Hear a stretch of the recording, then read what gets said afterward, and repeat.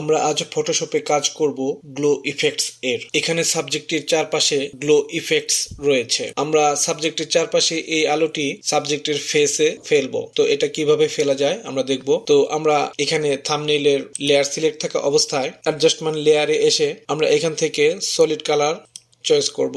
এখান থেকে আমরা ব্ল্যাক কালার নেব এবং এখান থেকে আমরা স্ক্রিন করে দেব এবং কালার ফিল সিলেক্ট থাকা অবস্থায় আমরা নতুন একটি লেয়ার নেব এবং নতুন লেয়ার সিলেক্ট থাকা অবস্থায় আমরা আবার অ্যাডজাস্টমেন্ট লেয়ারে এসে এখান থেকে গ্রেডিয়েন্ট ম্যাপ সিলেক্ট করব এবং গ্রেডিয়েন্ট ম্যাপ এখানে আমরা ক্লিক করব।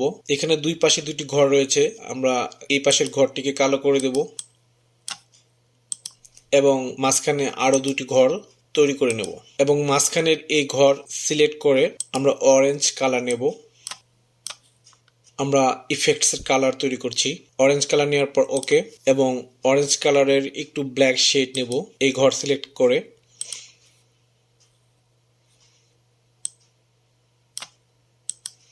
এবং ডান পাশের এই ঘরটি আমরা অরেঞ্জ কালারের লাইট অংশটুকু নেব। ওকে, এখন এখানে আমাদের তিনটি লেয়ার তৈরি হয়েছে, গ্রেডিয়েন্ট ম্যাপের লেয়ার এবং নতুন একটি লেয়ার এবং কালার ফিলের একটি লেয়ার। মাঝখানের যে নিউ লেয়ার রয়েছিল সেটিকে ক্লিক করব। ক্লিক করে নিউ লেয়ার সিলেক্ট থাকা অবস্থায় কিবোর্ড থেকে অল্টার চেপে এই নিচের লেয়ারের সাথে ক্লিপিং মাস্ক করে দেব। ঠিক সেম একইভাবে এই গ্রেডিয়েন্ট ম্যাপের যে কালার তৈরি করেছি আমরা, এটা সিলেক্ট থাকা অবস্থায় আমরা মাঝখানের লেয়ারের সাথে ক্লিপিং মাস্ক করে দেব। কিবোর্ড থেকে অল্টার চেপে ক্লিক করব। এখন মাঝখানের লেয়ার নিউ লেয়ার সিলেক্ট করে আমরা এখান থেকে ব্রাশ টুল নিব এবং আমরা উপরে খেয়াল করব অপাসিটি ফ্লো যেন 100 এবং 100 থাকে এবং ব্রাশের হার্ডনেস থাকবে 0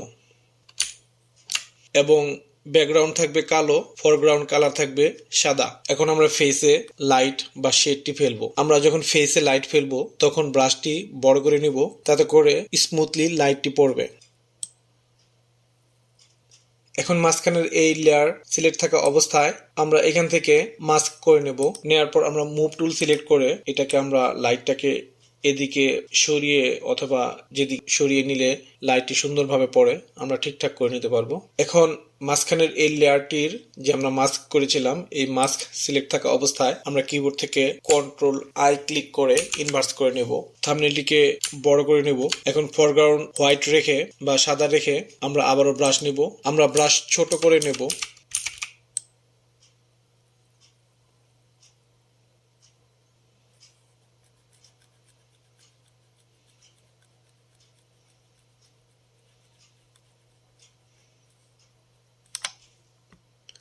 আমরা এখন ফরগ্রাউন্ড ব্ল্যাক করব এবং ব্যাকগ্রাউন্ড হোয়াইট করব, কারণ আমরা বাড়তি লাইটের অংশটুকু মুছে দেব।